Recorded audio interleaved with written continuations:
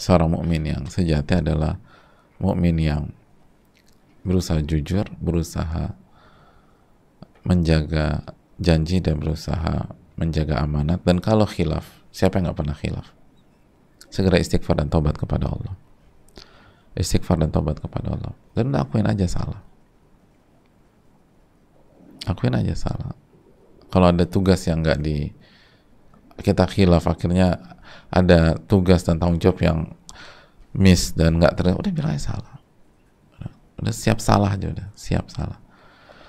Dan alasan A, alasan B. Jadi sering kali ya kita terjebak sama syaitan. Awalnya tuh kita jatuh salah, nggak amanat atau kurang amanat. Tapi gara-gara kita hobinya cari alasan, akhirnya kita terjatuh di dua sisi. Yang pertama nggak amanat, yang ketiga bohong, gitu loh. Jadi dua-duanya adalah sifat orang munafik. Jadi yang pertama nggak amanat, terus kita kenapa kerjanya gini? Iya habis gini bos segala macam, nanti akan kayak padahal nggak begitu. Berarti kena bohong lagi. Coba kalau kita iya saya salah, saya lalai, kayaknya saya kurang minta pertolongan sama Allah, nggak ada alasan, udah clear dah, satu salah. Dan semoga kita bukan orang munafik yang keyakinan hanya ada satu mirip sama mereka aja dan segera hapus dengan taubat. Tapi kalau itu, terus ngerjain lagi dua, repot hadirin.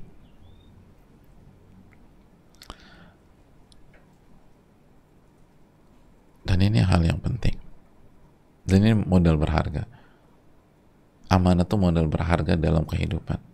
Jadi bukan hanya membuat Allah ridho sama kita, bukan hanya menjaga iman kita, dan itu paling penting, tapi juga modal berharga dalam kehidupan kita.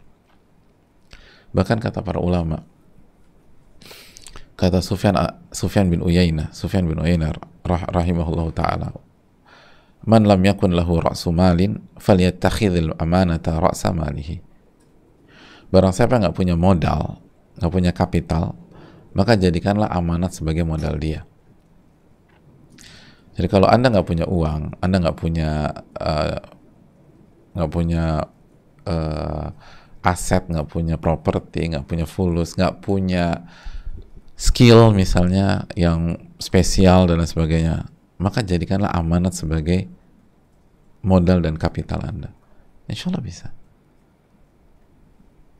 Allah akan kasih keberkahan nih. Jadi amanat aja udah, pokoknya kerja amanat. Dan ada banyak orang demikian kok.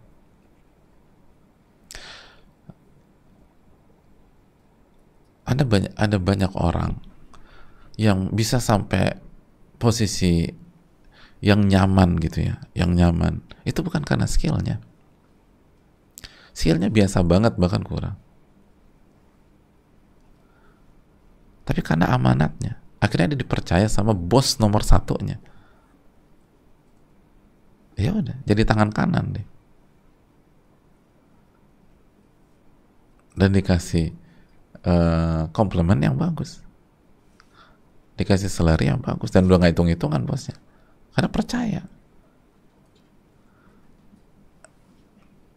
Dan karena banyak orang-orang besar tuh tahu bahwa semakin tinggi seseorang tuh semakin susah punya orang-orang dekat yang amanat. Illa man rahimah rabbuh. Orang-orang yang punya kepentingan dan orang-orang oportunis itu akan merapat. Nah ketika dia lihat orang ini amanat, tuh udah ditarik sama dia. Dia yang dipercaya. Padahal skillnya jauh di bawah, nggak punya apa-apa juga, nggak punya uang, nggak punya segala macam, biasa banget, tapi amanat.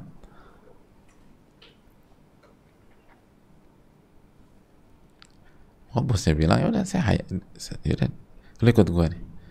Adapun yang lain bisa gue hire gitu.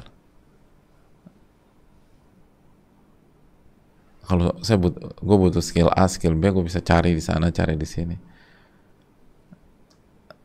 Tapi nyari orang yang benar-benar jadi tangan kanan yang ngatur semuanya, bahkan saya tuh tenang taruh uang ke dia, cuman ini orang, yang lain saya nggak tenang. Tapi skillnya nggak oke, nggak apa-apa lah. Skill bisa di backup sama yang lain. Tapi hal-hal yang paling prinsip, paling privacy, paling ini orang yang megang. Itu banyak banget di lapangan. Dan itu yang dikatakan oleh para ulama. Sufyan bin Uyainah, kalau nggak punya modal, nggak punya uang, nggak punya ini, jadikan amanat sebagai modal Anda. Nanti Allah kasih keberkahan.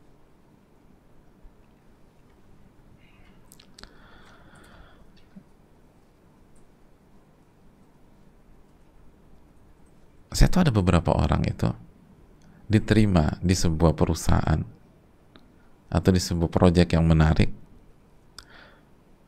karena ketika wawancara udah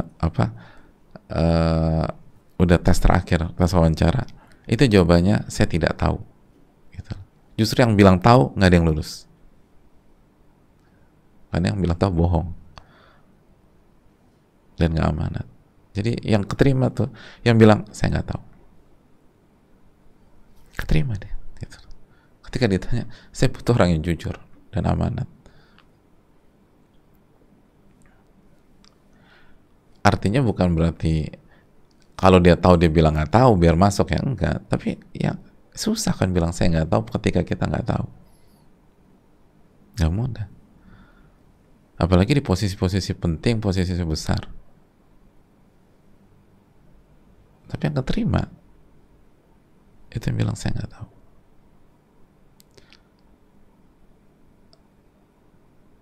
Ada yang bilang saya tahu, terus muter-muter, ya coba gini dan akhirnya terbukti dia itu nggak tahu, nggak keterima. Dan ketika yang uji itu ditanya, kok bisa sih Anda terima? Orang bilang nggak tahu. Ini posisi penting kata dia. Saya butuh orang jujur. Adapun skill yang turun kita bisa kita bisa asah, kita bisa sekolahkan dia, kita bisa suruh dia ikut course A, course B dan seterusnya. Tapi saya butuh orang yang memang karakternya jujur. Itu.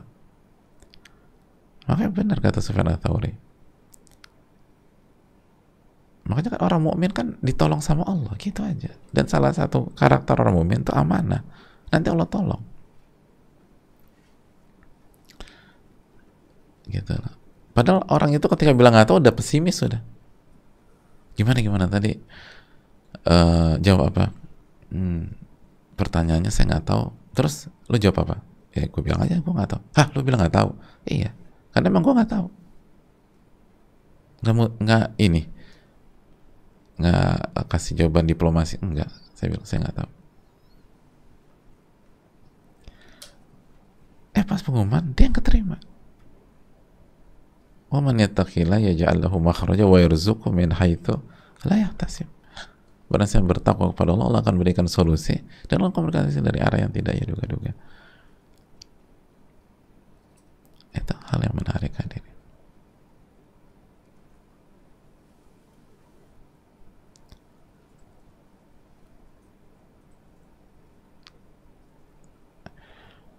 Semoga bermanfaat, semoga Allah memberikan taufik kepada kita, dan semoga kita dijaga oleh Allah dari sifat ini dan orang-orang yang punya sifat ini, dan semoga Allah memperbaiki sifat-sifat kita dan memperbaiki kualitas iman kita, dan semoga Allah mudahkan kita untuk beristighfar dan bertobat jika kita terjatuh ke dalam sifat-sifat ini. Subhanakallahumma wa bihamdika, asyhadu an la ilaha illa anta, astaghfiruka wa atubu ilaik. Assalamualaikum warahmatullahi wabarakatuh.